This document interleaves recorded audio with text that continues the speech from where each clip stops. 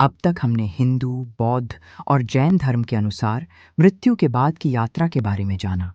इन धर्मों में अक्सर पुनर्जन्म और कर्म की अवधारणा मिलती है, लेकिन दुनिया के दो बड़े धर्म, इस्लाम और ईसाई धर्म, मृत्यु के बाद जीवन को एक अलग दृष्टिकोण से देखते हैं। इन धर्मों के अनुसार इंसान को बार बार जन्म नहीं मिलता, बल्कि मृत्यु के बाद आत्मा एक अंतिम न्याय का इंतजार करती है। आइए समझते हैं कि इन धर्मों के अनुसार मृत्यु के बाद क्या होता है। इस्लाम में मृत्यु के बाद क्या होता है? इस्लाम के अनुसार इंसान का जीवन इस दुनिया में एक परीक्षा की तरह है। हर व्यक्ति के कर्म, अच्छे और बुरे, अल्लाह के सामने दर्ज होते रहते हैं। जब किसी व्यक्ति की मृत्यु होती है, तब उसकी आत्मा शरीर को छोड़ देती है। इसके बाद आत्मा एक अवस्था में प्रवेश करती है जिसे बरज़ख कहा जाता है।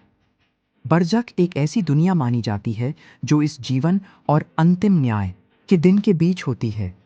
इस अवस्था में आत्मा इंतजार करती है क़यामत के दिन का।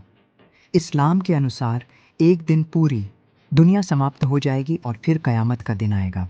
उस दिन सभी मृत लोग फिर से जीवित किए जाएंगे। इसे कहा जाता है पुनरुत्थान, रिजरेक्शन।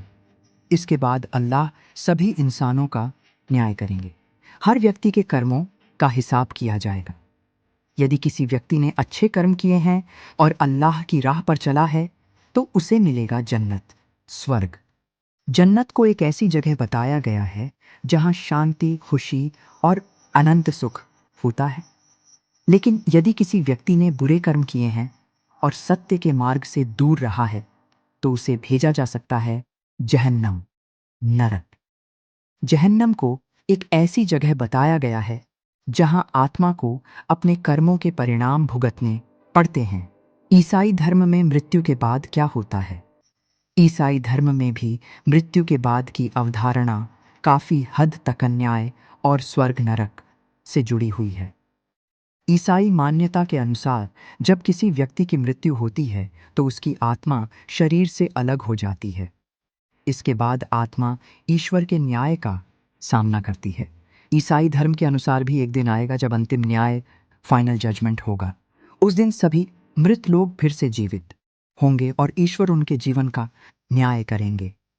यदि किसी व्यक्ति ने प्रेम, दया और ईश्वर के मार्ग पर जीवन बिताया है, तो उसे मिलेगा स्वर्ग, हेवन। स्वर्ग को ईश्वर के साथ अनंत शांति और आनंद की जगह माना जाता है। लेकिन यदि किसी ने बुराई, अन्याय और पाप का जीवन जिया है, तो उसे भेजा जा सकता है नरक, हेल। नरक को ईश्वर से दूर होने की पीड़ा और दंड की अवस्था माना जाता है। कुछ ईसाई मान्यताओं में एक और अवस्था का उल्लेख मिलता है जिसे परगेटरी कहा जाता है।